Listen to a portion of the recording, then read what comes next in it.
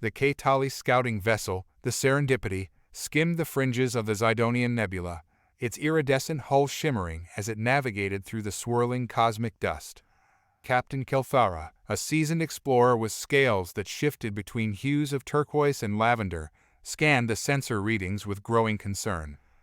"Unusual energy signature detected," the onboard AI announced in its melodious voice. "Unidentified object located at coordinates 3458, 7922. Intrigued, Kelthara adjusted the ship's course and increased magnification. The object resolved into a mangled mass of metal, its once sleek lines twisted and charred. "It's a spaceship," Kelthara murmured, "but not of any design I recognize." He ordered a cautious approach, and as the Serendipity drew closer, the extent of the damage became clear. The ship was clearly of human origin, a relic of a species known for their daring exploration, but rarely encountered this far from their home system. A closer scan revealed a faint life sign emanating from within the wreckage. "Captain," the AI chimed, "a survivor has been detected. Vital signs are weak but stable." Kelthara felt a surge of excitement mixed with apprehension. The K-Tali were a peaceful, curious race, but they had little experience interacting with humans. "Prepare the extraction pod," Kelthara commanded. "We're going in." The Serendipity docked with the wreckage, and Kelthara, accompanied by 2 crew members, cautiously entered the breached hull. They navigated through the debris-filled corridors, following the life sign readings to a small, battered escape pod. Inside, they found the survivor. It wasn't the grizzled spacefarer Kelthara had expected, but a tiny infant swaddled in tattered blankets, its eyes squeezed shut in sleep. The child's skin was a pale peach, its features delicate and unfamiliar. A human. Kelthara reached out with one clawed hand, gently touching the child's cheek.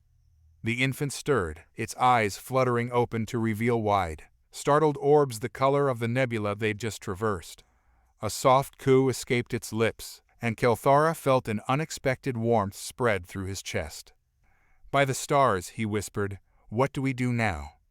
The K-Tali crew carefully extracted the human infant from the escape pod, their movements gentle and cautious as they marveled at the fragile creature. Back on board the Serendipity, the child was placed in a makeshift incubator, its vital signs monitored closely. Kelthara watched over the infant, a mix of fascination and concern etched on his scaled face. "It's so small," chirped Jextel, a young crew member with vibrant orange scales. "And its skin is so smooth." "Indeed," Kelthara replied. "Humans are a resilient species, but this one is incredibly vulnerable. We must do everything we can to ensure its survival." News of the discovery quickly spread throughout the ship, and soon the entire crew was buzzing with excitement and curiosity. They gathered around the incubator, their eyes wide with wonder as they observed the sleeping child. "What should we name it?" asked Loriatel, the ship's medic, as she adjusted the incubator's settings. Kelthara pondered for a moment, considering the human languages he had studied during his travels. "Elara," he finally declared. "It means shining light in one of their ancient tongues. It seems fitting, given the circumstances of her discovery." The name Elara was met with nods of approval from the crew. They took turns caring for the child, learning to decipher her cries and coos, marveling at her rapid growth and development. Elara, in turn, thrived under their care, her laughter echoing through the ship's corridors, her bright eyes filled with curiosity and wonder. As the Serendipity continued its journey, a debate arose among the K-Tali elders. What should they do with Elara once they returned to their homeworld? Some argued that she should be handed over to the Galactic Alliance, the governing body responsible for interspecies relations. Others believed that the K-Tali should raise her as their own, embracing the opportunity to learn more about this enigmatic species. Kelthara found himself drawn to the latter option. He had grown fond of Elara, her infectious laughter and boundless energy warming his heart. He saw in her a spark of resilience, a tenacity that reminded him of the stories he had heard about humanity's indomitable spirit. In the end, the elders decided to follow Kelthara's recommendation. Elara would be raised among the K-Tali, nurtured and educated alongside their own young. It was a decision that would have far-reaching consequences, not only for Elara, but for the entire Ketali race. The serendipity returned to the Ketali homeworld, a vibrant planet teeming with lush forests, crystalline rivers, and cities built in harmony with nature. Elara, now a curious toddler, marveled at the sights and sounds, her eyes wide with wonder as she was introduced to the Ketali community. The Ketali were a communal species, their lives centered around family units known as clutches. Elara was welcomed into Kelthara's clutch, becoming a beloved member of his family. She learned to speak the Ketali language, her chirps and whistles blending with their melodious voices. She played with the other children, her human agility and boundless energy both delighting and occasionally exasperating her Ketali siblings. Elara's upbringing was a blend of human and Ketali customs. She was taught the Ketali reverence for nature, their emphasis on cooperation and community, and their intricate rituals of storytelling and song. But she also retained a spark of human individuality, a curiosity that led her to question the world around her, and a stubborn streak that often clashed with the Ketali's preference for conformity. As she grew, Elara began to notice the subtle differences between herself and her Ketali family. Her skin was smooth where theirs was scaled, her limbs less flexible, her movements more abrupt. She asked Kelthara about her origins, and he patiently explained the story of her discovery, the tragic fate of her human parents, and the Ketali's decision to adopt her. Elara listened intently, her heart filled with a mix of gratitude and longing. She was grateful for the Ketali's kindness and love, but she couldn't shake the feeling that she was missing a part of herself. She yearned to know more about her human heritage, to understand the culture and history that had shaped her. One day, while exploring the outskirts of the Ketali settlement, Elara stumbled upon the wreckage of her escape pod, hidden away in a secluded grove. Curiosity piqued, she ventured inside, her fingers tracing the unfamiliar controls and displays. A flicker of recognition sparked within her as she activated a damaged datapad, its screen flickering to life with images and sounds from a distant world.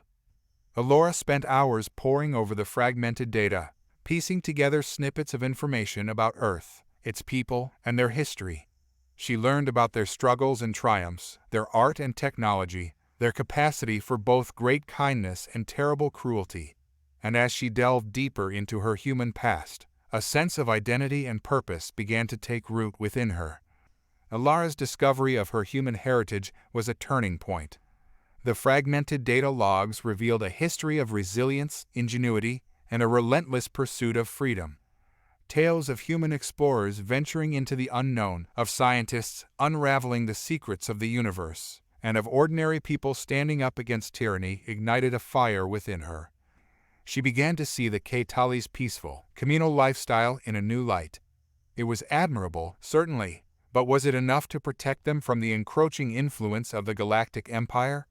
The Empire, a vast and powerful regime that had extended its tendrils across countless star systems, was known for its ruthless exploitation of resources and suppression of individual expression. Elara had always sensed a subtle unease among the Ketali elders when the Empire's emissaries visited their homeworld, their sleek ships casting long shadows over the once tranquil landscape. She had overheard whispers of discontent, of ancient traditions being eroded, of resources being siphoned away to fuel the Empire's insatiable appetite for power.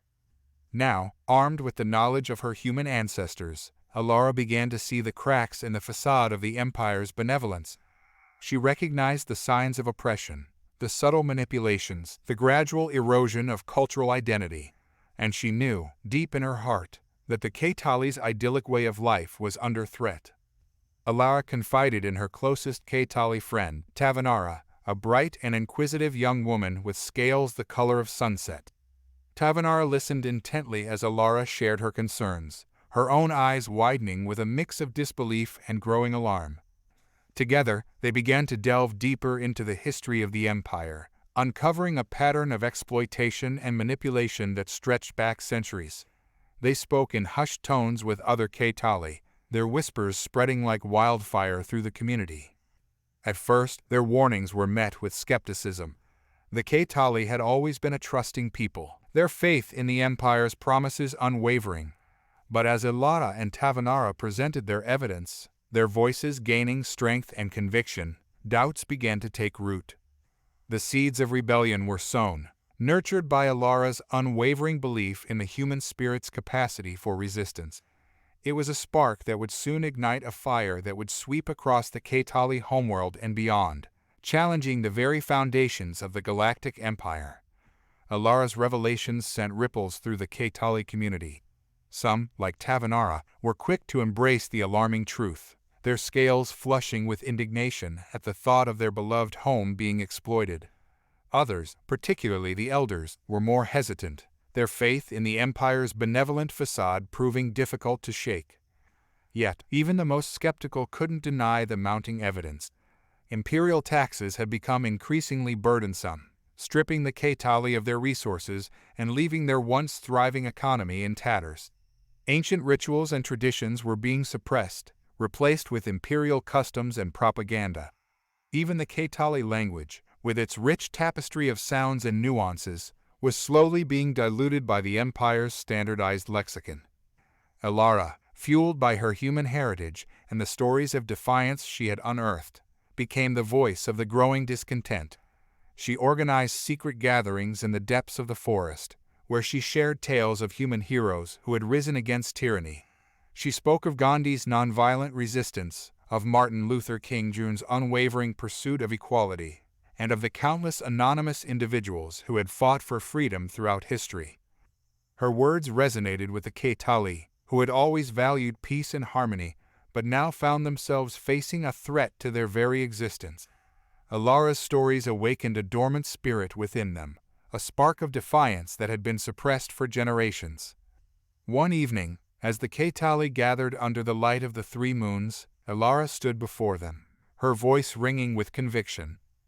"We cannot stand idly by while our culture is erased, our resources plundered, and our freedom curtailed," she declared. "The Empire may be powerful, but it is not invincible. We, the Kaitali, have a legacy of resilience and ingenuity. We have the strength to resist, to fight for our future." Her words were met with a chorus of agreement, the once hesitant voices now joining in a unified cry for freedom. The rebellion had begun. But Elara knew that words alone were not enough. They needed a plan, a strategy to challenge the Empire's might.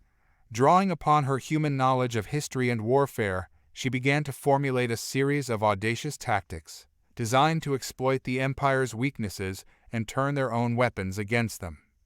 The Kaitali, inspired by Elara's leadership and fueled by their newfound hope, embraced the challenge.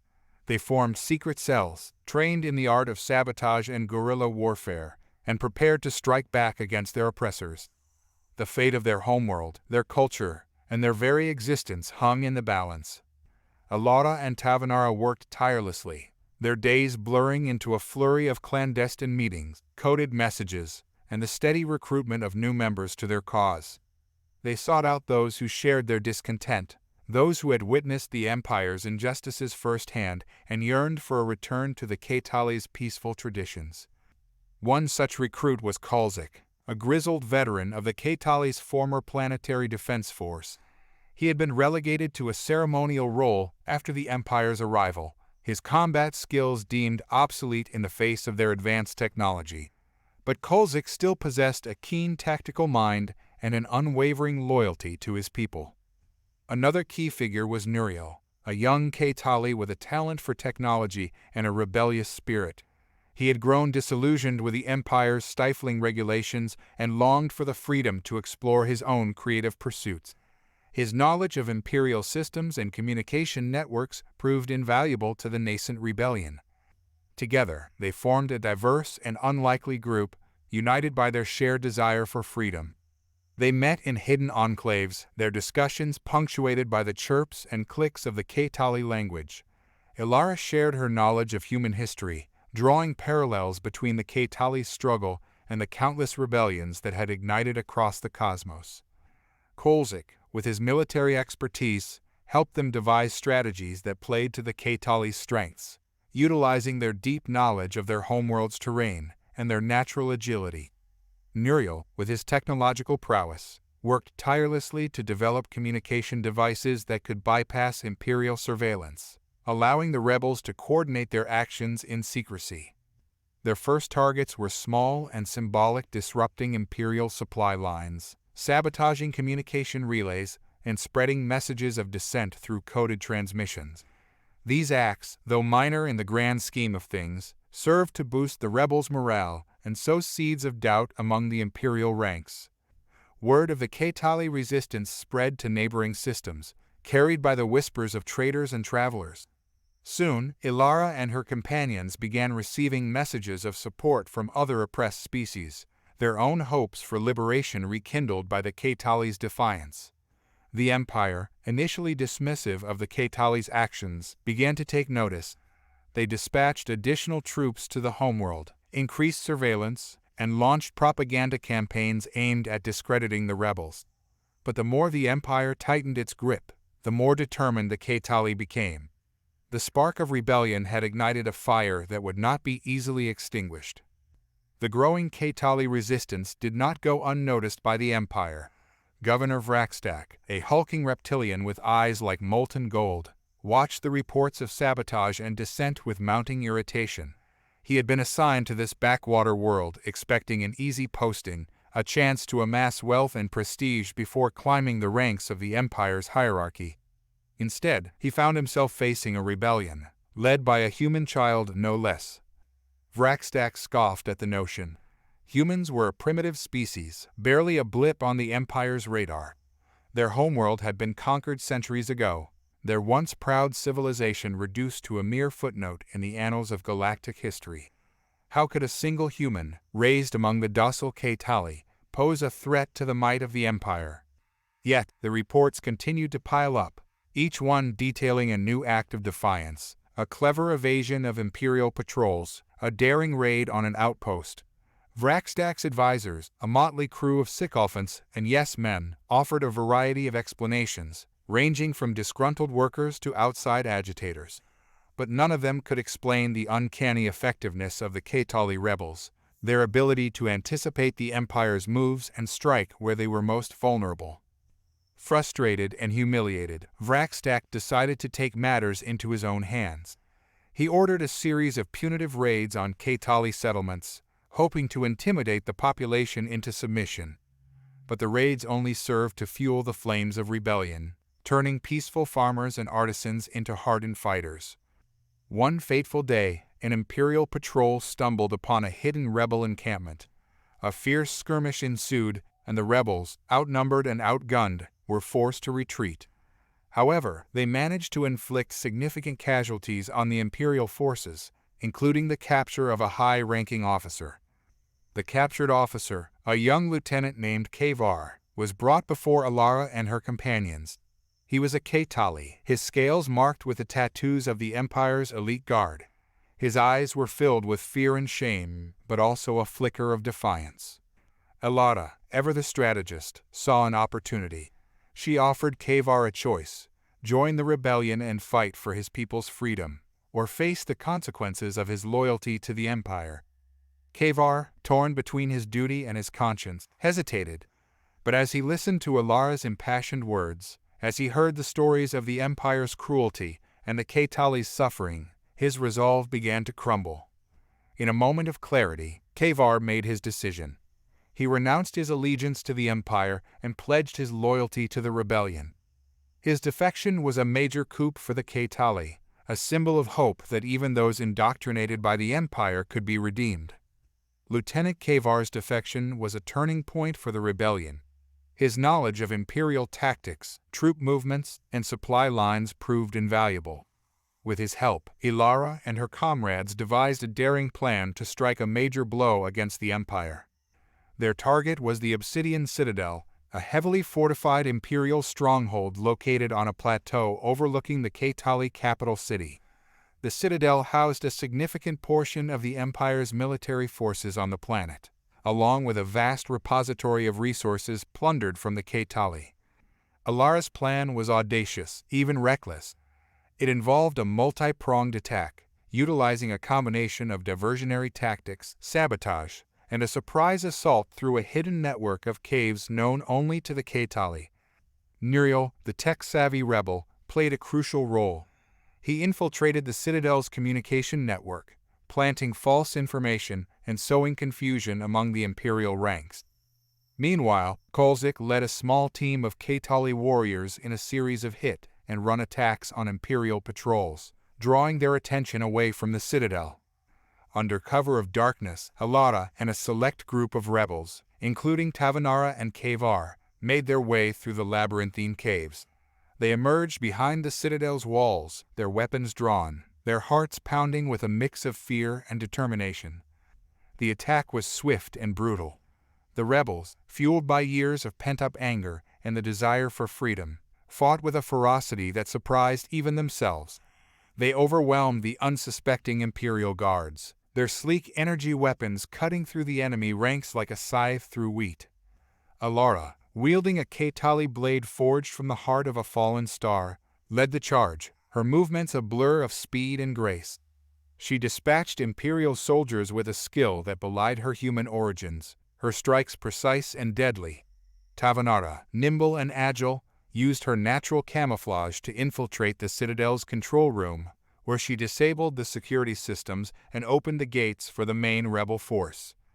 Kavar, torn between his newfound loyalty and his past training, fought with a conflicted heart. But as he witnessed the brutality of the Empire firsthand, as he saw the Ketali fighting for their very survival, his doubts melted away. He used his knowledge of Imperial tactics to anticipate their counterattacks, leading his fellow rebels to victory. The battle raged for hours, the air filled with the clash of weapons, the screams of the wounded, and the triumphant cries of the Ketali rebels. As dawn broke, the obsidian citadel fell, its once imposing walls now bearing the scars of a hard-fought victory. The fall of the obsidian citadel sent shockwaves across the Ketali homeworld. The Empire, which had once seemed invincible, had been dealt a crippling blow. The news spread like wildfire, igniting a renewed sense of hope and defiance among the oppressed. In the aftermath of the battle, Elara and her comrades emerged as heroes.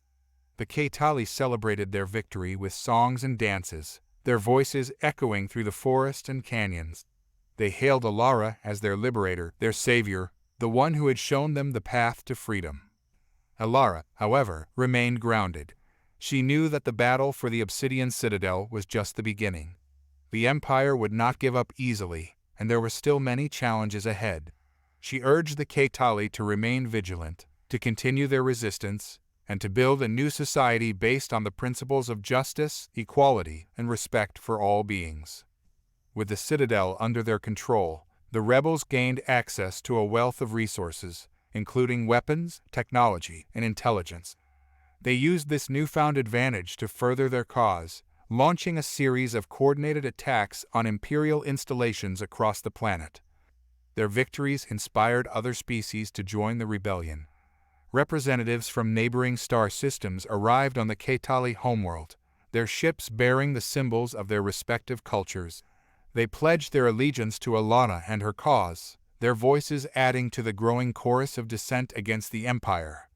Among the new allies were the Jakar, a race of telepathic warriors known for their fierce loyalty and unwavering courage. Their leader, a stoic warrior named Tilak, had heard tales of Elara's leadership and the Ketali's defiance. He saw in them a kindred spirit, a reflection of his own people's struggle against the Empire's tyranny. The Jakar brought with them a wealth of combat experience and tactical knowledge, honed through centuries of warfare against the Empire. Their telepathic abilities proved invaluable in coordinating attacks, allowing the rebels to communicate silently and anticipate the enemy's movements. With their combined strength, the Ketali and Jakar launched a series of devastating strikes against the Empire, liberating Ketali settlements, disrupting supply lines, and crippling Imperial infrastructure. The tide of the war was turning, and the once mighty Empire was beginning to crumble from within. The fall of the Obsidian Citadel reverberated across the Ketali homeworld, shaking the foundations of Imperial control. News of the victory spread like wildfire, igniting a fervor for freedom in the hearts of countless oppressed beings. The Ketali, once seen as docile and complacent, had become a symbol of hope, a beacon of resistance against the Empire's tyranny. In the wake of the battle, Elara found herself thrust into the role of a leader, her name whispered in reverence by the Ketali and their newfound allies. She was no longer just a human orphan raised amongst aliens. She was a symbol of unity, a bridge between disparate cultures, a champion of the oppressed. However, Elara remained grounded, her human heart reminding her of the fragility of victory.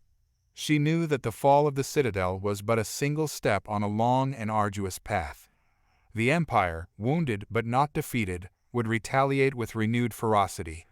They would send reinforcements, tighten their grip on remaining strongholds, and unleash their propaganda machine to sow discord and fear among the rebels. Elara's first priority was to consolidate the Ketali's gains. She established a provisional government, comprised of representatives from various Ketali clans and the newly arrived alien allies. Together, they worked to restore order, distribute resources, and provide aid to those displaced by the conflict. But even as they rebuilt their shattered world, the Ketali and their allies knew that the fight was far from over. They had struck a blow against the Empire, but they had not yet won the war. The true test of their resolve lay ahead, in the battles yet to be fought and the sacrifices yet to be made. Elara, with her unique blend of human and Ketali wisdom, became the architect of their resistance. She drew upon her knowledge of human history, studying the tactics of revolutionaries and freedom fighters throughout the ages. She adapted these strategies to the Ketali's unique strengths, emphasizing guerrilla warfare, hit-and-run tactics, and the use of their intimate knowledge of their homeworld's terrain to their advantage. She also recognized the importance of unity among the diverse factions that had joined the rebellion. Each species brought their own unique skills and perspectives, their own strengths and weaknesses. Elara fostered a spirit of cooperation, encouraging them to learn from each other and to work together towards a common goal. The Jakar warriors, with their telepathic abilities and fierce loyalty, proved to be invaluable allies. They served as scouts and infiltrators, their minds linked in a silent network that allowed them to anticipate the Empire's movements and strike with deadly precision. Other species, drawn to the Ketali's cause, offered their own unique contributions. The Lumina, a race of brilliant engineers, helped the rebels develop new technologies and weapons. The Zephyr, masters of diplomacy and communication, forged alliances with other disaffected worlds, expanding the rebellion's reach and influence. Together, this diverse coalition of rebels became a formidable force, their resolve strengthened by their shared desire for freedom. They were a testament to the power of unity in the face of oppression, a living embodiment of the hope that Elara had ignited. The war for the Ketali homeworld was just the beginning. The rebellion was spreading, its tendrils reaching out to every corner of the Empire, threatening to topple the mighty regime from within. The news of the Ketali rebellion rippled through the Galactic Empire, reaching the gilded halls of the Imperial Palace on the planet Prime. Emperor Zorgan, a serpentine being with scales as black as obsidian, listened impassively as his advisors briefed him on the situation. "The Ketali," he hissed, his voice a venomous whisper. "A species known for their pacifism and subservience? How dare they challenge our authority?" His advisors, a collection of obsequious creatures from various corners of the galaxy, shifted nervously. None dared to speak out of turn, for the Emperor's wrath was legendary. "It is a human child, Your Majesty," one advisor finally spoke up, a spindly insectoid with a quivering voice. "A human raised among the Ketali. They say she is the one leading the rebellion." Zorgan's eyes narrowed, his forked tongue flicking out in distaste. "A human?" he sneered. "Those insignificant creatures were conquered centuries ago. Their spirit broken, their will to resist extinguished. How could a single human child inspire such defiance?" "We do not know, Your Majesty," the advisor replied, bowing low. "But the reports are clear. The human, Elara, is a charismatic leader, a skilled strategist, and a symbol of hope for the oppressed. She has united the Ketali and other species against us." Zorgan slammed his fist on the armrest of his throne, sending tremors through the chamber. "This cannot stand," he roared. We will not allow a mere child to undermine our authority. Send our finest commanders. Deploy our most advanced weapons. Crush this rebellion before it spreads any further." His advisors scrambled to obey, their hearts pounding with fear. They knew the Emperor's fury would be unleashed upon them if they failed. Meanwhile, on the Kaitali homeworld, Elara and her comrades prepared for the Empire's inevitable retaliation. They knew that the victory at the Obsidian Citadel had only bought them time, not security. They fortified their defenses, trained new recruits, and strengthened their alliances with other rebel factions. Elara, ever the strategist, knew that the key to their survival lay in exploiting the Empire's weaknesses. She had studied human history, learning from the mistakes of past revolutions. She knew that a direct confrontation with the Empire's superior firepower would be suicidal. Instead, she devised a strategy of attrition, using guerrilla tactics, sabotage, and propaganda to wear down the enemy's morale and resources. She also recognized the importance of winning the hearts and minds of the galactic community. The Empire's reign was built on fear and oppression, but Elara believed that a message of hope and freedom could inspire others to join their cause. She dispatched envoys to neighboring star systems, spreading the word of the Kaitali's defiance and offering a vision of a galaxy free from imperial tyranny. The rebellion had ignited a spark that was spreading across the stars, its flames fueled by a shared yearning for liberty. The Empire, once a monolithic entity, was beginning to fracture, its foundations weakened by the growing tide of resistance, and at the heart of it all stood Elara, the human orphan who had become a beacon of hope, a symbol of the indomitable spirit that could never be truly extinguished. The Emperor's wrath descended upon the Kaitali homeworld with the force of a supernova. A fleet of Imperial warships emerged from hyperspace, their hulls gleaming menacingly against the backdrop of the nebula. They unleashed a barrage of orbital bombardments, targeting rebel strongholds and civilian settlements alike. The Kaitali, caught off guard by the sheer scale of the assault, suffered heavy losses. Their makeshift defenses proved woefully inadequate against the Empire's advanced weaponry. The once vibrant cities were reduced to rubble, the lush forests scorched by fire. Elara, witnessing the devastation from a hidden command post, felt a pang of despair. The human part of her, conditioned by tales of humanity's resilience, had hoped for a swift and decisive victory. But the reality of war was harsh and unforgiving. She rallied her comrades, reminding them of their cause, their sacrifices, and the hope they represented for countless others across the galaxy. They regrouped, their resolve hardened by the Empire's brutality. With Kavar's guidance, they adapted their tactics, abandoning fixed positions in favor of guerrilla warfare. They retreated into the dense jungles and winding canyons, utilizing their knowledge of the terrain to ambush Imperial patrols and disrupt supply lines. Nuriel, working tirelessly in his makeshift workshop, devised ingenious traps and improvised weapons, using scavenged Imperial technology against their creators. He also managed to maintain a tenuous connection to the wider rebel network, ensuring that their message of defiance continued to spread. The Jakar warriors, their telepathic abilities heightened by their rage, became a nightmare for the Imperial troops. They struck from the shadows, their attacks swift and deadly. Their mere presence instilled fear in the hearts of the enemy, who began to whisper tales of phantom warriors and ghostly apparitions. The Empire's commanders, frustrated by the rebels' elusive tactics, resorted to increasingly brutal measures. They implemented a scorched earth policy, burning villages and poisoning water sources. They rounded up suspected sympathizers and subjected them to torture and interrogation. But the Kaitali, hardened by their losses and fueled by their righteous anger, refused to yield. They fought back with every ounce of their strength, their resilience a testament to the indomitable spirit that Elara had awakened within them. The Empire's brutal tactics had the opposite effect of what Governor Vrakstak intended. Instead of quelling the rebellion, the atrocities fueled the Kaitali's rage and determination. The sight of their homes destroyed, their loved ones suffering, hardened their resolve and strengthened their commitment to the cause of freedom. Elara, though heartbroken by the suffering of her people, used her grief as a catalyst for action. She channeled her human resilience and the Ketali's unwavering spirit into a renewed offensive against the Empire. With Kavar's inside knowledge, the rebels identified a critical vulnerability in the Empire's supply lines. A heavily guarded convoy, carrying vital resources and reinforcements, was scheduled to traverse a narrow mountain pass known as the Serpent Spine.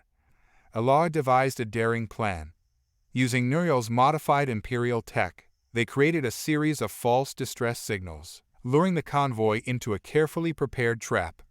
The rebels, hidden among the jagged cliffs, unleashed a coordinated assault, raining down explosives and energy blasts on the unsuspecting Imperial troops. The convoy was decimated, its precious cargo destroyed, and its survivors scattered. The victory sent shockwaves through the Imperial ranks, further eroding their morale and undermining their confidence. News of the Serpent's Spine ambush spread throughout the galaxy, reaching the ears of other oppressed species. Inspired by the Ketali's defiance, they too began to rise up against their Imperial overlords. Rebellions erupted on countless worlds, each one a testament to the power of hope and the indomitable spirit of those who yearned for freedom. On the Ketali homeworld, Elara and her comrades celebrated their victory, their hearts filled with a renewed sense of purpose. They knew that the road ahead would be long and difficult, but they also knew that they were no longer alone. The galaxy was awakening, and the tide was turning against the Empire. In the weeks that followed, the Ketali rebellion gained momentum.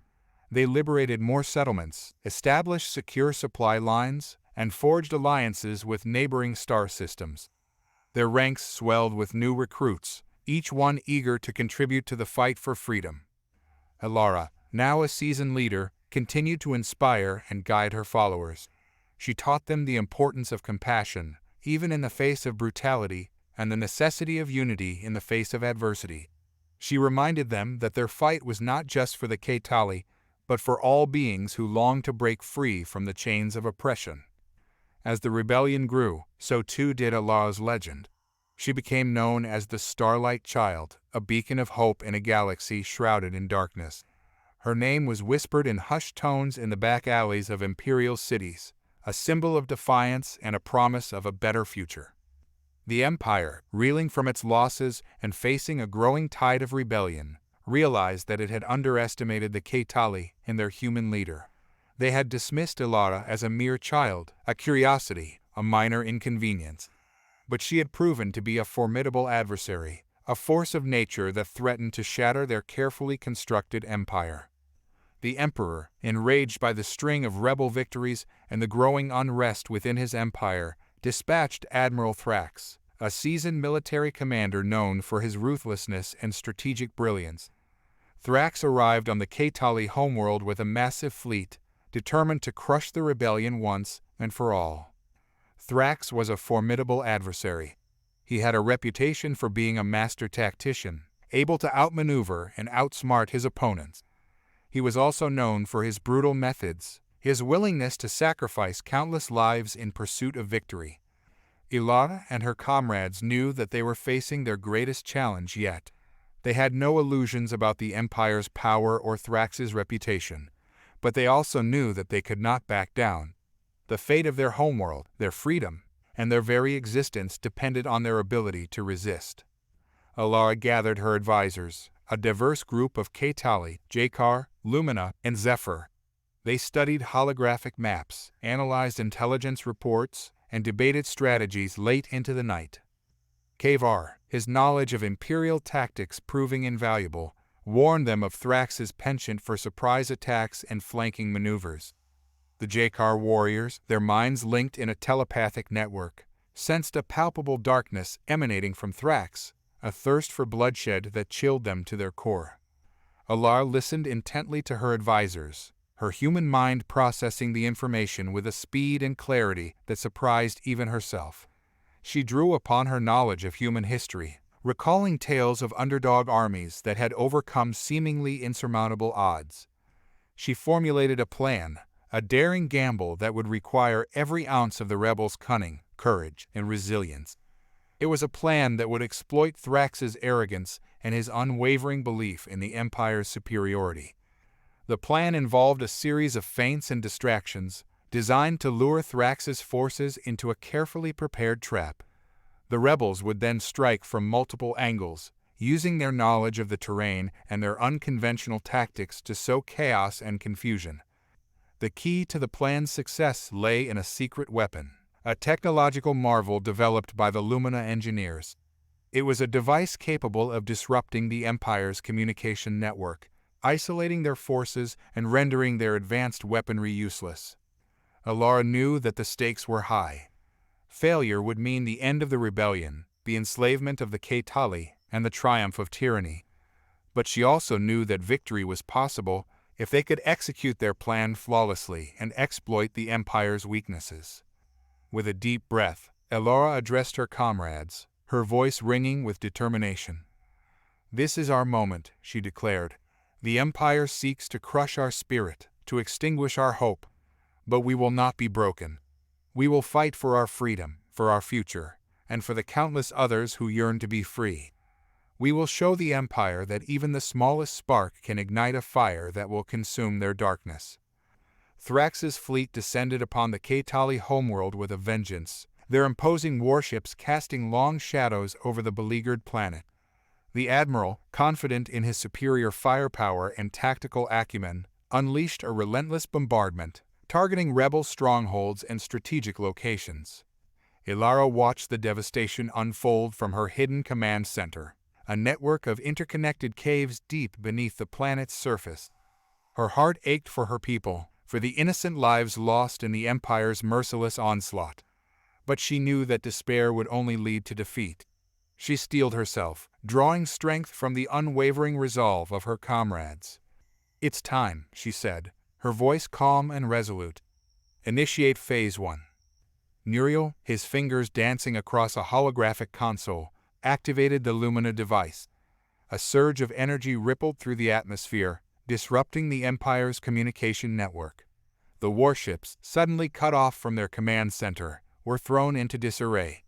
Their weapons systems malfunctioned, their sensors went haywire, and their communications channels fell silent. Thrax, aboard his flagship, the Dominator, roared in frustration as his screens went dark. He had underestimated the rebels, their technological prowess, and their sheer tenacity. But he was not one to admit defeat easily. "Deploy the ground forces," he barked, his voice amplified through the ship's intercom. "We will crush this rebellion with brute force." Thousands of Imperial troops, clad in gleaming armor and armed with advanced weaponry, descended upon the planet's surface. They marched in formation, their boots pounding the ground in a rhythmic cadence that echoed across the landscape. But Elara and her comrades were ready. They had anticipated Thrax's next move and prepared a series of ambushes. The Ketali, utilizing their intimate knowledge of the terrain, led the Imperial forces into narrow canyons and dense forests, where they were picked off by snipers and guerrilla fighters. The Jakar warriors, their minds linked in a telepathic network, sowed confusion and panic among the enemy ranks. They appeared out of nowhere, striking swiftly and silently before disappearing back into the shadows. Their ghostly tactics unnerved the Imperial troops, who began to see enemies in every shadow, every rustle of leaves. The rebels' initial successes were exhilarating, but Elara knew that they could not sustain a prolonged ground war against the Empire's superior numbers and firepower. They needed to strike a decisive blow, a blow that would cripple Thrax's forces and force him to retreat. The opportunity arose when Kavar intercepted a coded transmission revealing Thrax's command center's location. It was a heavily fortified bunker, nestled deep within a mountain range. Elara saw her chance. She gathered a small strike team, composed of her most trusted and skilled warriors. Together, they embarked on a daring mission to infiltrate the bunker and capture Thrax, the heart of the Empire's war machine. Under the cover of a moonless night, Elara's strike team embarked on their perilous mission.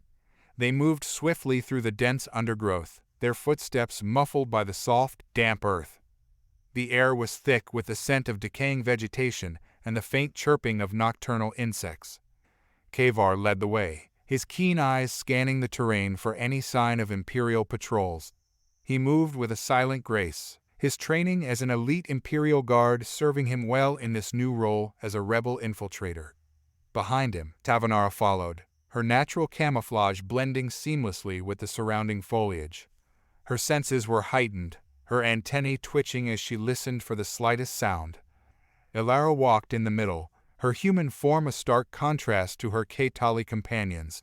She wore a dark cloak that concealed her features, but her eyes shone with a fierce determination. In her hand, she carried a Ketali blade, its edge honed to razor sharpness.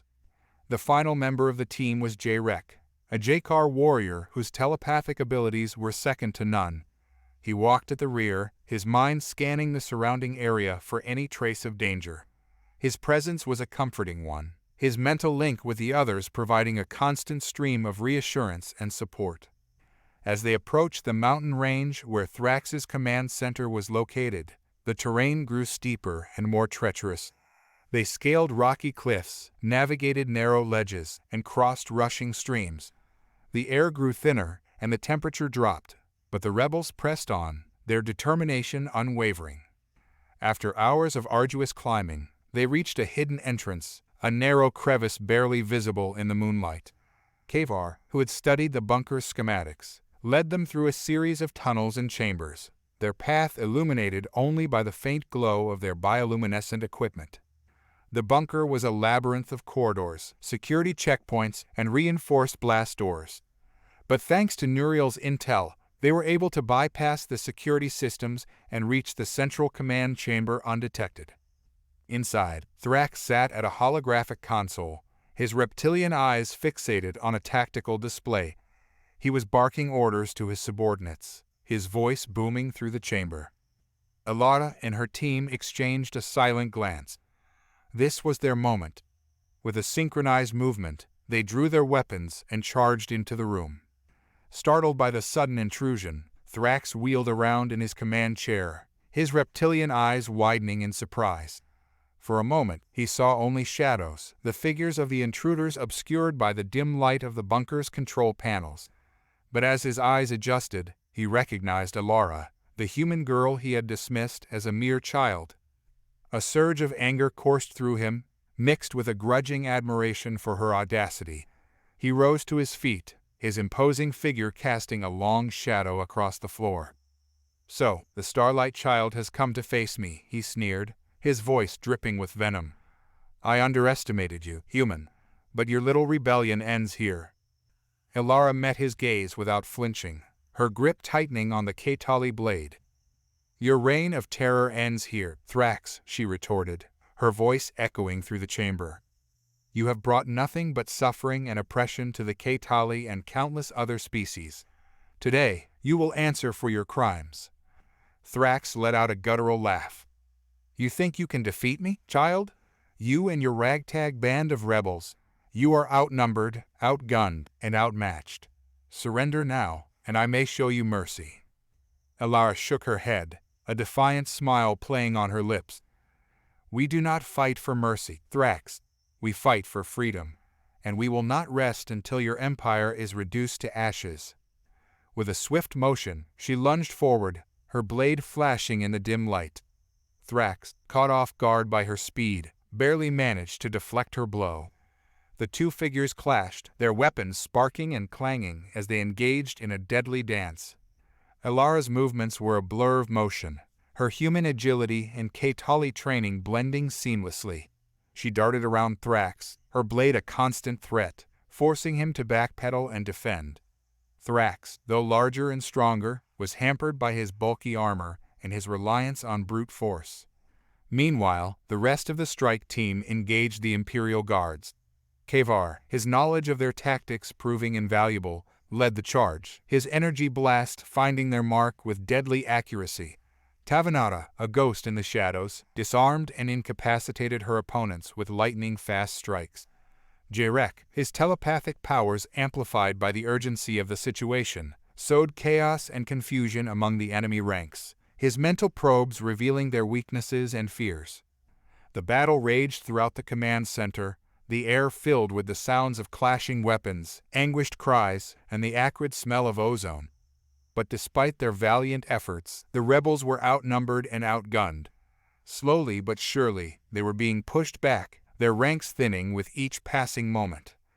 Elara, locked in a fierce duel with Thrax, realized that they could not win this fight through brute force alone.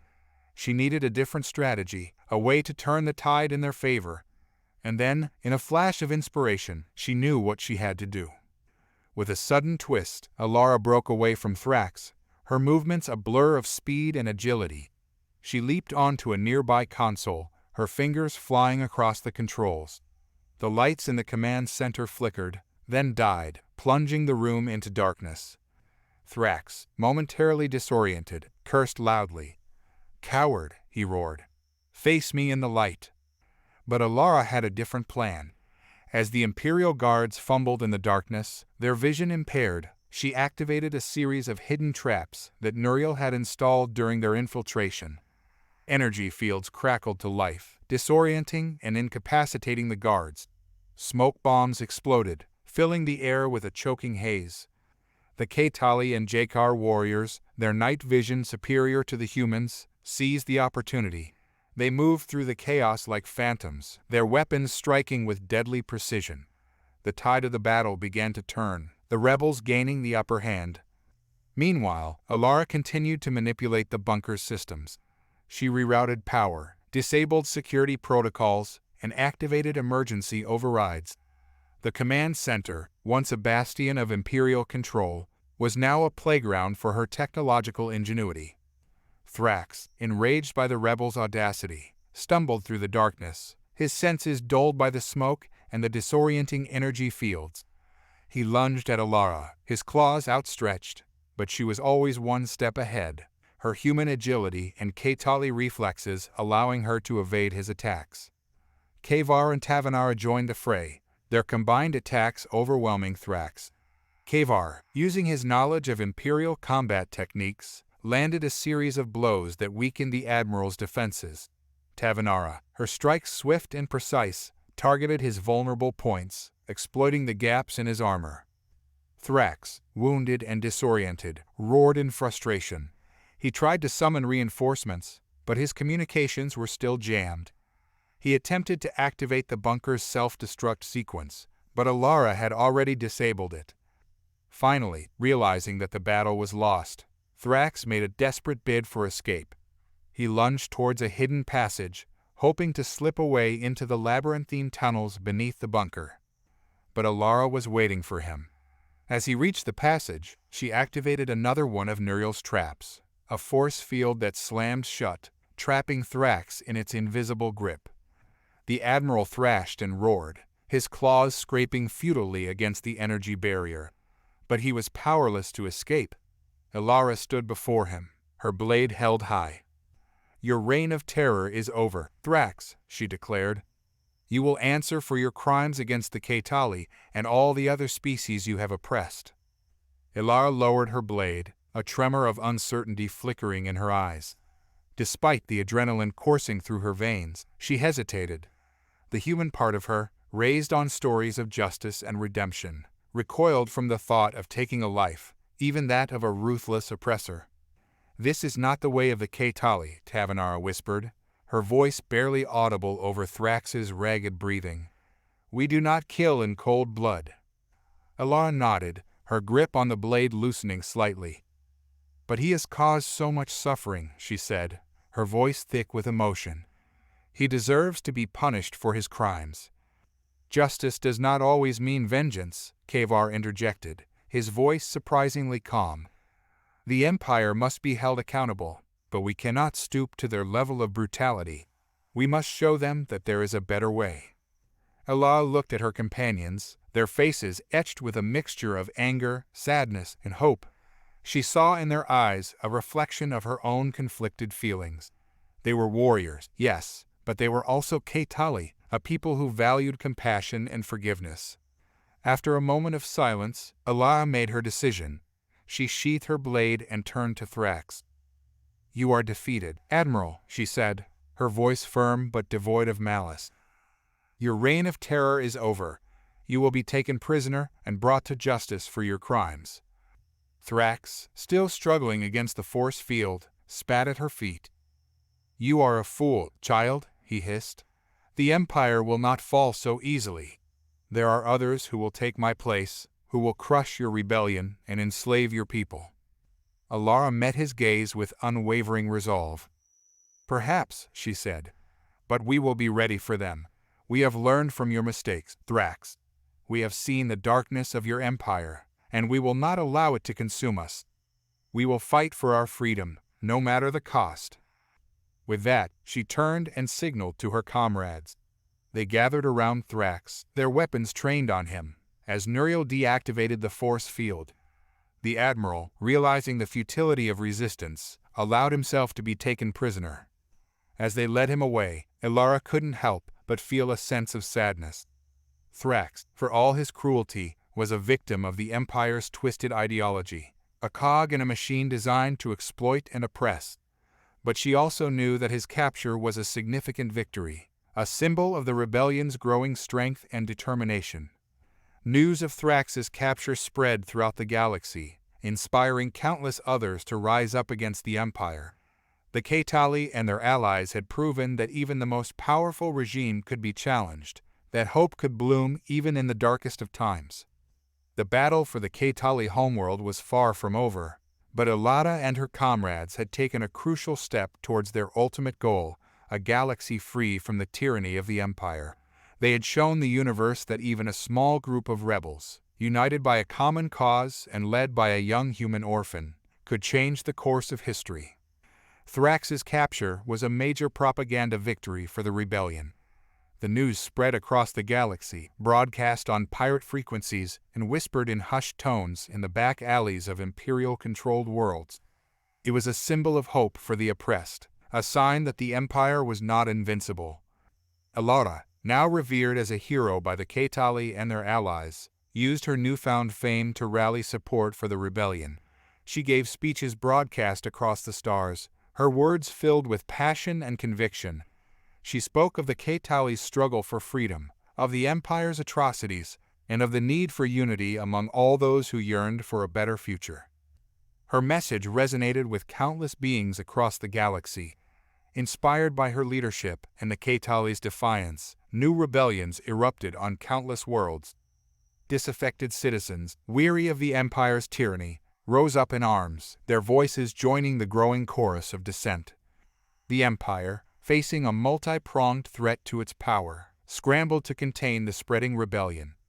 They deployed fleets of warships, dispatched legions of soldiers, and unleashed their propaganda machine in a desperate attempt to maintain control. But the tide had turned. The rebels, united by a common cause and inspired by Elara's leadership, were a force to be reckoned with. They fought back with a ferocity and determination that surprised even themselves. On the Ketali homeworld, the rebels continued to consolidate their gains. They established a new government, based on the principles of democracy, equality, and respect for all beings. They rebuilt their shattered cities and restored their cultural traditions, their spirit unbroken by the Empire's brutality. Elara, though burdened by the responsibilities of leadership, never forgot her human roots. She sought out the remaining fragments of her past, studying the data logs from the crashed ship and learning more about her human ancestors. She found solace in their stories, their struggles, and their triumphs, drawing strength from their unwavering spirit. She also forged deep bonds with her Ketali family and comrades. She learned their customs, their language, and their values. She came to understand the importance of community, the power of cooperation, and the beauty of their interconnectedness with nature. As the rebellion gained momentum, Elara's legend grew. She became known as the Starlight Child, a symbol of hope and inspiration for countless beings across the galaxy. Her name was whispered in hushed tones in the back alleys of imperial cities, a symbol of defiance and a promise of a better future. The Empire, reeling from its losses and facing a growing tide of rebellion, realized that it had underestimated the Ketali and their human leader. They had dismissed Elara as a mere child, a curiosity, a minor inconvenience. But she had proven to be a formidable adversary, a force of nature that threatened to shatter their carefully constructed empire. The Galactic Empire, under the iron fist of Emperor Zorgan, seethed with a silent fury. The news of Thrax's capture and the rising tide of rebellion had shaken the regime to its core. The emperor, a being of immense power and pride, could not fathom how a mere human child, a stray spark in the vast cosmos, could ignite such widespread defiance. Within the opulent chambers of the imperial palace, Zorgan convened a war council, his serpentine form coiled upon his obsidian throne. His advisors, a motley collection of alien dignitaries and military strategists, trembled in his presence, their eyes downcast as they awaited his pronouncements. "This Elara, this starlight child, she must be silenced," Zorgan hissed, his voice a venomous whisper that sent shivers down the spines of his advisors. "She is a threat to our order, a symbol of hope for the insurgents. Her influence must be extinguished before it spreads any further." The council chamber buzzed with whispers and murmurs as the advisors exchanged nervous glances. They knew the emperor's reputation for ruthlessness, his penchant for crushing dissent with overwhelming force. "But your majesty," a timid voice piped up, belonging to a diminutive creature with large, pleading eyes. "The human is beloved by the Ketali and their allies. If we harm her, we risk further inflaming the rebellion." Zorgan's eyes narrowed, his forked tongue flicking out in annoyance. "Do not question my judgment, advisor," he snarled. "The Ketali are a weak and insignificant race. Their loyalty can be bought, their defiance crushed. But this human, this Elara, she possesses a dangerous charisma, a power that we cannot underestimate." He turned to his military commander, a hulking brute with scars that crisscrossed his armored hide. "General Krelak, you will personally oversee the capture of the Starlight Child. Bring her to me alive, if possible. But if she resists, terminate her with extreme prejudice." Krelak bowed his head in obedience, a predatory gleam in his eyes. He relished the challenge, the opportunity to test his skills against this upstart human who dared to defy the Empire. Meanwhile, on the Ketali homeworld, Elara was unaware of the Emperor's sinister plot. She continued to lead the rebellion, her days filled with meetings, strategy sessions, and diplomatic negotiations. She worked tirelessly to strengthen their alliances, to secure resources, and to prepare for the inevitable imperial counterattack. But amidst the chaos and uncertainty, Elara found solace in the moments of quiet reflection she shared with her closest companions. They would gather in the heart of the forest, under the soft glow of the bioluminescent flora, and share stories, dreams, and fears. Tavanara, her scales shimmering in the ethereal light, would speak of the Ketali's ancient prophecies, of a time when a hero would rise from the ashes of despair to lead them to freedom. Kavar, his voice barely a whisper, would share his guilt and remorse for his past actions as an imperial soldier, his redemption found in the fight for his people's liberation. And Elara, her human heart filled with a yearning for connection, would speak of her fragmented memories of Earth, of the family she had lost, and of the hope she held for a future where all beings could live in peace and harmony. Their bond, forged in the crucible of war, transcended species and culture. It was a testament to the power of shared purpose, a reminder that even in the darkest of times, there was always the possibility of light. The Ketali homeworld was a hive of activity, a bustling hub of resistance against the Empire. The once peaceful settlements had transformed into makeshift military bases, their inhabitants undergoing rigorous training under the watchful eyes of Kolzik and his fellow Ketali warriors. The air hummed with the energy of defiance, the collective will of a people determined to reclaim their freedom. Elara, though burdened by the weight of leadership, found solace in the camaraderie and unwavering support of her companions. Tavanara, her closest confidante, remained a steadfast source of strength, her unwavering faith in Elara's vision, a constant source of inspiration. Kavar, his guilt and shame gradually replaced by a newfound sense of purpose, proved to be an invaluable asset, his knowledge of imperial tactics proving crucial in their strategic planning. Nuriel, his fingers constantly dancing across his holographic consoles, continued to innovate and create, his technological genius a vital component of the rebellion's success. The Lumina engineers, inspired by his example, worked tirelessly to develop new weapons and defensive systems, their ingenuity a testament to the resilience of the oppressed. Meanwhile, the Jakar warriors, their telepathic abilities honed to a razor's edge, served as the eyes and ears of the rebellion. Their silent network of minds extended across the battlefield, providing invaluable intelligence and enabling coordinated attacks that caught the Imperial forces off guard. The arrival of new allies bolstered the Ketali's resolve. The Zephyr diplomats, skilled in the art of persuasion and negotiation, forged alliances with neighboring star systems, their eloquent speeches swaying even the most skeptical leaders. The Lumina engineers, renowned for their mastery of energy manipulation, shared their knowledge with the Ketali, helping them to harness the power of their planet's unique geological formations for defensive purposes. The rebellion's momentum grew with each passing day. Their victories, though small and hard-won, fueled the flames of hope and inspired countless others to join their cause. The Empire, once a seemingly invincible monolith, was now facing a multi-pronged threat, its grip on power loosening with each act of defiance. Elara, aware of the challenges ahead, knew that their success depended not only on military might but also on the strength of their ideals. She tirelessly promoted the values of unity, compassion, and freedom, her words resonating with those who had suffered under the Empire's oppressive regime. She also recognized the importance of maintaining the moral high ground. Despite the Empire's brutality, she forbade her followers from resorting to the same tactics. The rebellion, she insisted, would not be defined by vengeance, but by its unwavering commitment to a better future. The Ketali homeworld, once a paradise threatened by darkness, had become a crucible of hope. It was a place where different species, united by a common cause, were forging a new path, a path towards a galaxy where all beings could live in freedom and harmony. General Krillak, a hulking figure with battle scars crisscrossing his hardened hide, arrived on the Ketali homeworld with a singular purpose: to capture or eliminate the Starlight Child. He had been handpicked by Emperor Zorgan, his reputation for ruthlessness and unwavering loyalty preceding him. Krillak's first act upon arrival was to assess the situation on the ground. He met with the remaining Imperial commanders, their morale battered by recent losses. He reviewed intelligence reports, studied tactical maps, and listened to intercepted rebel transmissions.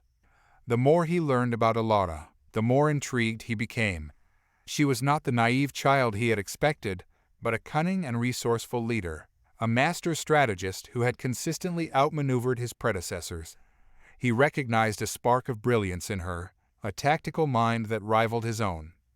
Krillak knew that a direct assault on the rebel strongholds would be costly and futile. The Ketali, with their guerrilla tactics and intimate knowledge of the terrain, had proven to be formidable opponents. Instead, he devised a more insidious plan, one that would strike at the heart of the rebellion's leadership. He ordered his troops to spread disinformation, sowing seeds of doubt and discord among the rebels. He planted false intelligence, suggesting that Elara was a puppet of the Jakar, a dangerous warmonger who sought to plunge the galaxy into chaos. He also initiated a campaign of targeted assassinations, eliminating key rebel figures and creating a climate of fear and paranoia. Elara, aware of Krillak's machinations, countered with her own propaganda. She broadcast messages of unity and resilience, reminding the Ketali and their allies of their shared purpose. She exposed the Empire's lies and revealed their true intentions to exploit, enslave, and control. The battle for the hearts and minds of the Ketali raged on, a war of words and ideas as fierce as any fought on the battlefield. Elara's charisma and unwavering belief in their cause proved to be a powerful antidote to the Empire's poison. But Krillak was not easily deterred. He had a secret weapon, a weapon that he believed would give him the upper hand in this psychological warfare. He had discovered Elara's human origins, her connection to a fallen empire, her longing for a home she had never known. He planned to use this knowledge against her, to exploit her vulnerabilities and turn her own people against her. He would paint her as an outsider, a dangerous alien masquerading as a savior.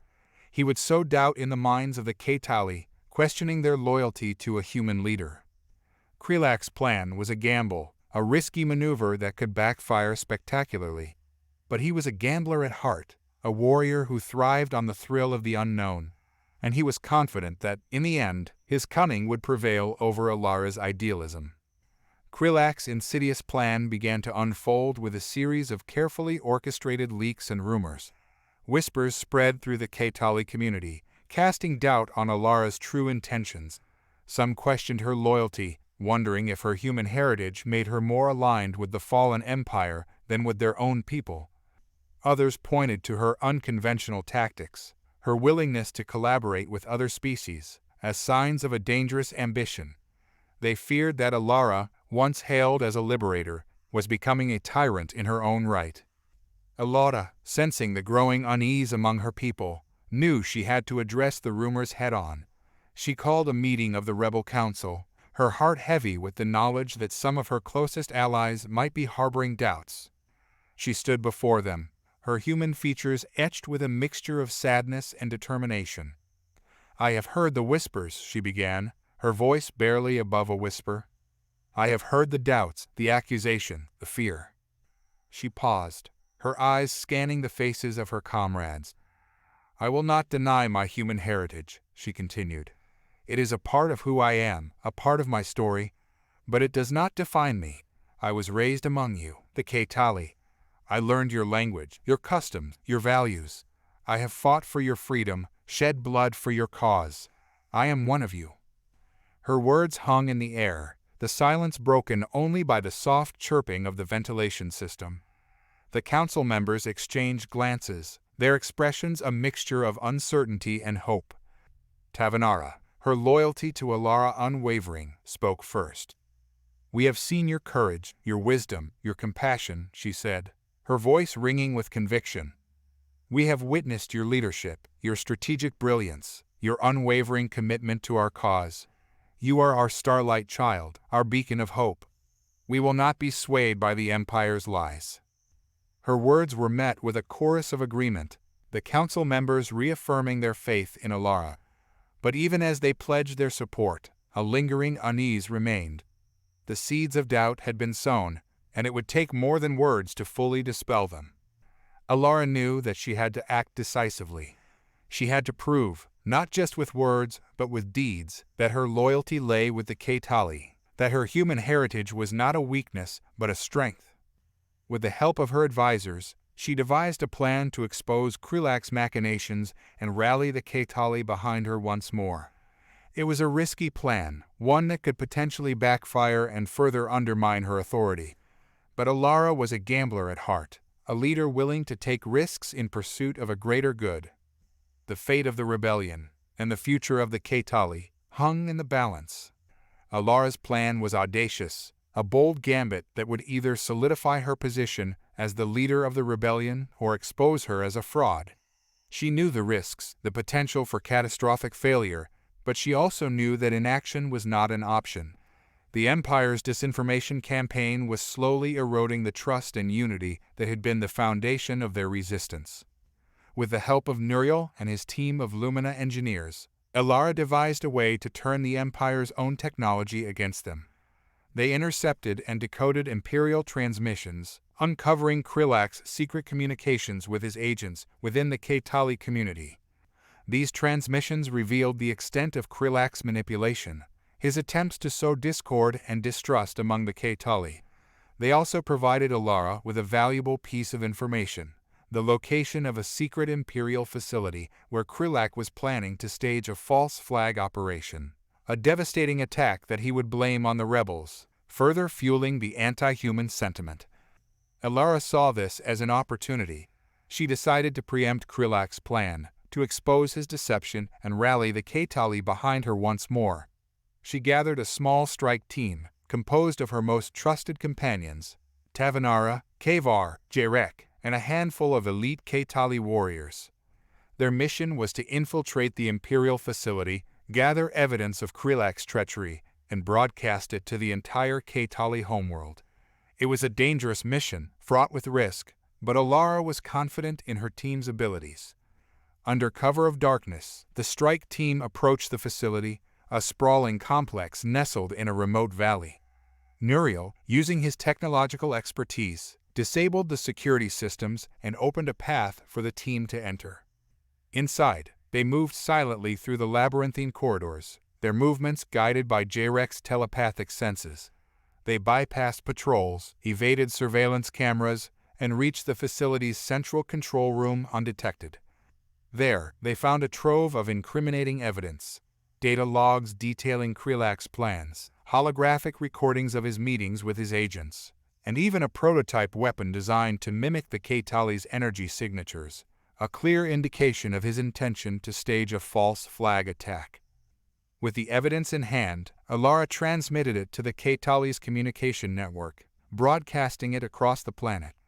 The Ketali, shocked and outraged by Krylak's betrayal, rallied behind their human leader once more. The seeds of doubt planted by the Empire's propaganda withered and died, replaced by a renewed sense of unity and purpose.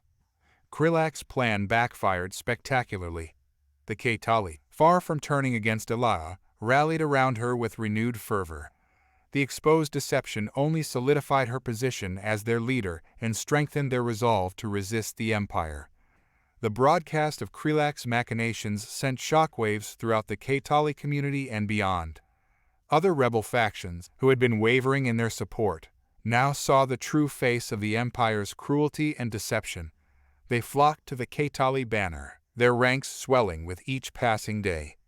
Elara, sensing a shift in the tide of the war, launched a series of bold offensives. She led her forces in daring raids on Imperial outposts, disrupting their supply lines and capturing vital resources. She also initiated a campaign of psychological warfare, broadcasting messages of hope and defiance that reached even the most remote corners of the Empire. The Ketali, inspired by Elara's leadership and fueled by their righteous anger, fought with a ferocity that surprised even themselves. They utilized their knowledge of the terrain to their advantage, ambushing Imperial patrols and sabotaging their equipment. They used their agility and adaptability to outmaneuver their foes, striking swiftly and disappearing into the shadows before the Empire could retaliate. The Jakar warriors, their telepathic abilities amplified by the shared rage of their allies, became a nightmare for the Imperial troops. They infiltrated enemy bases, sowed discord among their ranks, and assassinated key commanders. Their mere presence instilled fear and paranoia in the hearts of the Empire's soldiers. Meanwhile, Nuriel and his team of Lumina engineers continued to innovate and create.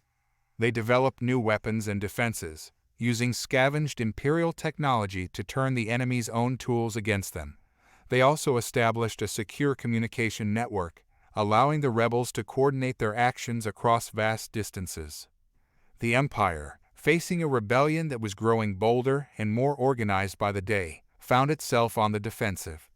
Their forces were stretched thin, their resources dwindling, and their morale plummeting. Krylak, his reputation tarnished by his failed gambit, was recalled to Prime to face the Emperor's wrath. Elara, sensing victory within reach, knew that they could not afford to rest on their laurels. She pushed her forces to continue their offensive, to liberate more Ketali settlements and drive the Empire further back. She also reached out to other rebel factions, forging alliances and coordinating their efforts to create a united front against the Empire. The war for the Ketali homeworld was entering a new phase, a phase of escalating conflict and shifting alliances. The rebels, once a disparate group of freedom fighters, were now a formidable force, their ranks swelled with new recruits and their resolve strengthened by their hard-won victories. As the rebellion gained momentum, the Ketali homeworld transformed into a beacon of hope, attracting a diverse array of allies who sought to break free from the Empire's oppressive grasp. Refugees from war-torn planets, disillusioned Imperial defectors, and idealistic freedom fighters flocked to the Ketali cause, their ranks swelling with each passing day. Among the new arrivals was a group of enigmatic beings known as the Oracles, a race of ancient seers with the ability to glimpse fragments of the future. Their leader, a wizened figure named Pythia, sought out Elara, drawn by visions of a human child leading a rebellion against the Empire. Pythia, her eyes glowing with an ethereal light, shared her prophecies with Elara. She spoke of a great battle, a final confrontation between the forces of light and darkness. She spoke of a human, a child of destiny, who would play a pivotal role in the fate of the galaxy. Elara listened intently, her heart filled with a mixture of awe and trepidation. She had always believed in her purpose, her destiny to fight for freedom. But the oracle's prophecies confirmed her deepest fears that this war would not be easily won, that great sacrifices would be required. With renewed determination, Elara and her comrades intensified their efforts. They established a network of hidden bases across the Ketali homeworld, using them to launch surprise attacks and guerrilla raids against the Empire. They also continued to broadcast their message of hope and defiance, their voices reaching even the most remote corners of the galaxy. The Empire, under the command of a new general, Tarkus, responded with a brutal campaign of reprisals. They unleashed devastating weapons, targeting not only rebel strongholds but also civilian populations. They sought to break the Ketali's spirit, to instill fear and despair in their hearts. But the Ketali, hardened by years of oppression and inspired by Elara's leadership, refused to yield. They fought back with every ounce of their strength, their resilience a testament to their unwavering belief in their cause. The war raged on, a bloody and brutal conflict that engulfed the entire star system. The Ketali homeworld became a battleground, its once pristine landscapes scarred by craters and scorched earth. But even amidst the chaos and destruction, hope flickered like a candle in the darkness. Elara, standing on a hill overlooking a devastated city, watched as the Ketali warriors charged into battle, their cries of defiance echoing through the smoke-filled air. She knew that the path ahead would be fraught with peril, that many more would fall before the Empire was defeated. But she also knew that they could not falter, that they could not surrender. The fate of the galaxy, the future of freedom, rested on their shoulders, and as she gazed up at the stars, she whispered a silent prayer to her ancestors, the humans who had paved the way for this fight, the humans who had instilled in her the unwavering belief that even the smallest spark could ignite a fire that would consume the darkness. General Tarkus, a battle-hardened veteran with a reputation for ruthlessness, surveyed the war-torn landscape of the Ketali homeworld from the bridge of his flagship, the Invictus. The sight of burning cities and ravaged forests filled him with a cold satisfaction. The Ketali rebels, he believed, were finally paying the price for their defiance. But Tarkus was not a fool. He knew that the rebellion was far from broken. The Ketali, with their guerrilla tactics and unwavering determination, continued to pose a significant threat. They had proven to be a resilient foe, their spirit unbroken by the Empire's brutal tactics.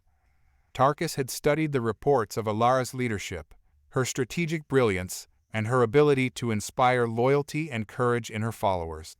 He recognized in her a formidable adversary, a leader who possessed a rare combination of intelligence, charisma, and unwavering resolve. He knew that defeating the Ketali would require more than brute force. He needed a strategy that would strike at the heart of their rebellion, a plan that would break their spirit and extinguish their hope. After days of careful deliberation, Tarkus devised a plan that he believed would achieve this goal. He would target Elara directly, using her human origins as a weapon against her.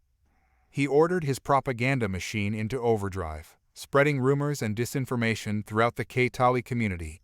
He painted Elara as an outsider, an alien masquerading as a savior. He questioned her loyalty to the Ketali, suggesting that her true allegiance lay with the remnants of the human empire. He also unleashed a new weapon, a bioengineered virus designed to target the Ketali's unique physiology. The virus, spread through contaminated water sources, caused a debilitating illness that weakened the Ketali's immune systems and left them vulnerable to other diseases. Tarkus's plan was a cruel and calculated one, designed to sow discord and despair among the Ketali. He hoped that by turning them against Elara, he could break their will to resist and bring the rebellion to its knees. But he had underestimated the Ketali's resilience and their unwavering faith in their leader. Elara, with the help of her advisors, quickly exposed the Empire's lies and revealed their true intentions. She rallied the Ketali, reminding them of their shared values and their common enemy. The Ketali, their spirits unbroken by the Empire's brutality, fought back with renewed vigor. They developed antidotes to the virus, rebuilt their ravaged cities, and continued their guerrilla attacks on Imperial forces.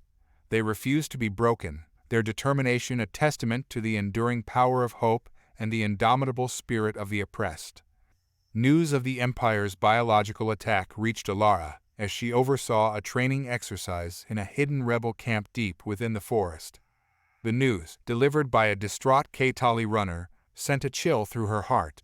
She had seen the horrors of war firsthand, but the deliberate targeting of civilians, the use of a weapon designed to inflict indiscriminate suffering, struck her as a new low, even for the Empire. "Gather the council," she ordered, her voice barely masking the tremor of anger and sorrow that coursed through her. "We need to act quickly." Within hours, the rebel leaders assembled in a hastily constructed war room. Holographic maps flickered to life, displaying the spread of the virus and the areas most affected. The mood was somber, the faces of the Kaitali etched with grief and determination. Tavanara, her scales pale with worry, spoke first. "The virus is spreading rapidly," she reported. "Our healers are doing their best, but they are overwhelmed. We need a cure, and we need it fast." Muriel, his eyes bloodshot from lack of sleep, nodded in agreement. "I have been analyzing samples of the virus," he said, his voice raspy. "It is a complex bioweapon, designed to target the Kaitali's unique physiology. But I believe I can develop an antidote, if I have enough time and resources." Elara listened intently, her mind racing through the possibilities. They needed a cure, but they also needed to strike back at the Empire, to make them pay for their crimes against the Kaitali. "Kavar," she said, turning to the former Imperial officer, "what do we know about the Empire's research facilities?" Kavar, his face grim, consulted his datapad. "There is a classified research lab on the neighboring planet of Xyloth," he said. "It is heavily guarded, but it is rumored to be where they develop their biological weapons." Alara's eyes narrowed. "Then that is our target," she declared. "We will infiltrate the lab, steal the antidote, and destroy the facility. We will show the Empire that we will not be victims, that we will fight back with everything we have." Her words were met with a chorus of approval. The rebels, fueled by their anger and their desire for justice, eagerly embraced Alara's plan. They saw it as an opportunity to avenge their fallen comrades, to protect their people, and to strike a blow against the heart of the Empire's war machine. The mission was fraught with risk. The Xyloth Research Lab was heavily fortified, protected by advanced security systems and a garrison of elite Imperial troops. But the rebels were determined. They had faced impossible odds before, and they had always found a way to prevail. Led by Elara, the strike team embarked on their mission, their hearts filled with a righteous fury and an unwavering belief in their cause. They would not rest until they had avenged their fallen comrades, protected their people, and brought the Empire's reign of terror to an end. The rebel strike team, hand-picked by Elara, embarked on their mission to the Xyloth Research Facility. Their ship, a modified freighter disguised as a routine cargo vessel, slipped through the Empire's patrols under the cover of darkness. The crew consisted of a diverse group of skilled individuals, each with a unique role to play in the mission. Muriel, the Lumina tech genius, was responsible for disabling the facility's security systems and accessing the data archives. Tavanara, with her stealth and agility, would act as the team's scout, infiltrating the lab's inner sanctums and gathering intelligence. Kavar, his knowledge of Imperial protocols and procedures invaluable, would guide the team through the facility's labyrinthine layout and provide tactical support. Elara, as the leader of the mission, would oversee the operation and make critical decisions on the fly. She was determined to see this mission through to the end, to secure the antidote and deliver justice to the Empire for its heinous crimes against the Kaitali. As they approached Xyloth, a cold, barren planet with a desolate landscape, Jarek, the Jakar telepath, sensed a wave of unease wash over the crew. The planet's atmosphere was thick with a palpable sense of dread, as if the very air itself was poisoned by the Empire's dark experiments. Upon landing, the team donned environmental suits and cautiously disembarked. The research facility, a massive complex of steel and concrete, loomed over them, its imposing presence a testament to the Empire's technological prowess. Muriel, working his magic on the facility's external security systems, managed to disable the perimeter alarms and unlock a hidden access point. The team slipped inside, their movements swift and silent as they navigated the dimly lit corridors. Tavanata, her senses heightened, scouted ahead, relaying information back to the team through their encrypted communicators. She detected the presence of Imperial guards, their heavy footsteps echoing through the corridors. With Kavar's guidance, the team bypassed the guards, using a series of secret passages and ventilation shafts. They reached the lab's central data core, where Nuriel began his work, his fingers dancing across a holographic console. Meanwhile, Elara and the Kaitali warriors stood guard, their weapons at the ready.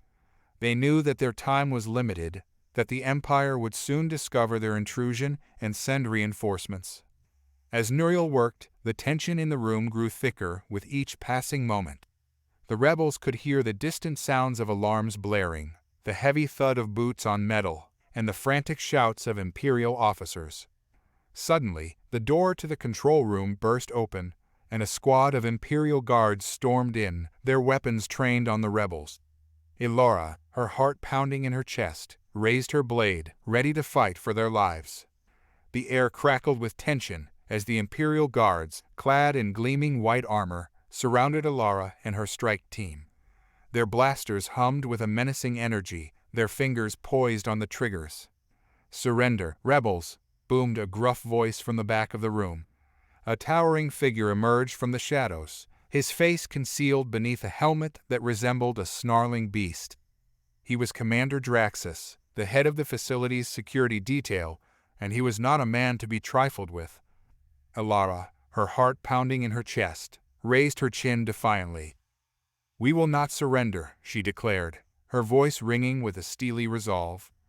"We have come for the antidote, and we will not leave without it." Draxus sneered, his voice dripping with contempt. "A human child leading a band of rebels? How pathetic. You are no match for the might of the Empire. Surrender now, and I may spare your lives." Elara glanced at her comrades, their faces grim but determined. She knew that the odds were stacked against them, but she also knew that they could not back down. The lives of countless Kaitali depended on their success. "We will not surrender," she repeated, her voice unwavering. "We will fight for our freedom, and we will not be defeated." With a cry, Elara lunged forward, her blade flashing in the dim light. The Kaitali warriors followed suit, their energy weapons blazing as they charged into the fray. The battle was fierce and chaotic. Blaster fire ricocheted off the walls, the air filled with the smell of ozone and burnt flesh. The rebels fought with a ferocity born of desperation, their every strike fueled by their burning desire for justice. Elara, her human agility enhanced by Kaitali training, darted through the enemy ranks, her blade a whirlwind of death. She dispatched guards with lightning-fast strikes, her movements a blur of motion. Tavanata, a shadow in the dim light, used her agility and camouflage to outmaneuver her opponents. She struck from unexpected angles, her claws and teeth finding their mark with deadly precision. Kavar, his knowledge of Imperial combat tactics proving invaluable, anticipated the guards' movements and countered their attacks with his own. He fought with a cold fury, his every strike fueled by his hatred for the Empire that had betrayed him. Jarek, his telepathic powers amplified by the chaos of battle, sowed confusion and terror among the enemy ranks. He invaded their minds, planting seeds of doubt and fear, causing them to hesitate and falter. Despite their valiant efforts, the rebels were slowly being overwhelmed. The sheer number of Imperial guards, combined with their superior firepower, was taking its toll. Elara, wounded and exhausted, stumbled back, her blade clanging against the floor. Just when all hope seemed lost, a blinding flash of light filled the room. A deafening roar echoed through the corridors as the ceiling collapsed, burying the Imperial guards in a cascade of debris. The dust settled, revealing a scene of utter chaos. The once pristine control room was now a wreck, its consoles shattered, its walls scarred with blaster burns. The air was thick with smoke and the acrid smell of ozone. From the gaping hole in the ceiling, a figure descended, her wings outstretched like a vengeful angel. It was Lyra, the leader of the Zephyr, a race of winged warriors renowned for their aerial combat skills. She had arrived with a squadron of Zephyr fighters, their sleek ships raining down fire on the Imperial facility. The remaining Imperial guards, demoralized and disoriented, were quickly overwhelmed by the combined forces of the Ketali, Jakar, and Zephyr. The battle for the research lab was over, the rebels emerging victorious. Elara, her wounds bandaged and her spirit lifted by the arrival of their allies, led her team to the lab's secure storage vault. There, they found the antidote, a shimmering vial filled with a glowing liquid. They also discovered a trove of incriminating evidence detailing the Empire's atrocities, their experiments on sentient beings, and their plans for galactic domination. With their mission accomplished, the rebels retreated from the facility, leaving behind a trail of destruction. The Empire's research lab, a symbol of their cruelty and ambition, was now a smoldering ruin. Back on the Ketali homeworld, the antidote was quickly distributed, saving countless lives and restoring hope to the beleaguered population. The news of the rebels' victory at Xyloth spread like wildfire, inspiring a wave of uprisings across the galaxy. Elara, her reputation as a leader and a symbol of hope further cemented, continued to rally the rebels. She forged new alliances, coordinated attacks, and inspired countless beings to rise up against the Empire. The war for the galaxy was far from over, but the tide had turned. The Empire, weakened by internal strife and external rebellion, was on the brink of collapse. Elara, the human orphan who had found a home among the Ketali, had become the catalyst for change, a beacon of hope in a galaxy consumed by darkness. The Starlight Child's legacy would be forever etched in the annals of history, a testament to the indomitable spirit of those who dared to fight for freedom. Her story, a tale of courage, resilience, and the power of unity, would be passed down through generations, inspiring countless others to stand up against tyranny and injustice. The battle for the galaxy had only just begun, but Elara and her allies knew that they were on the right side of history. They had ignited a fire that would burn bright, illuminating the path towards a brighter future for all.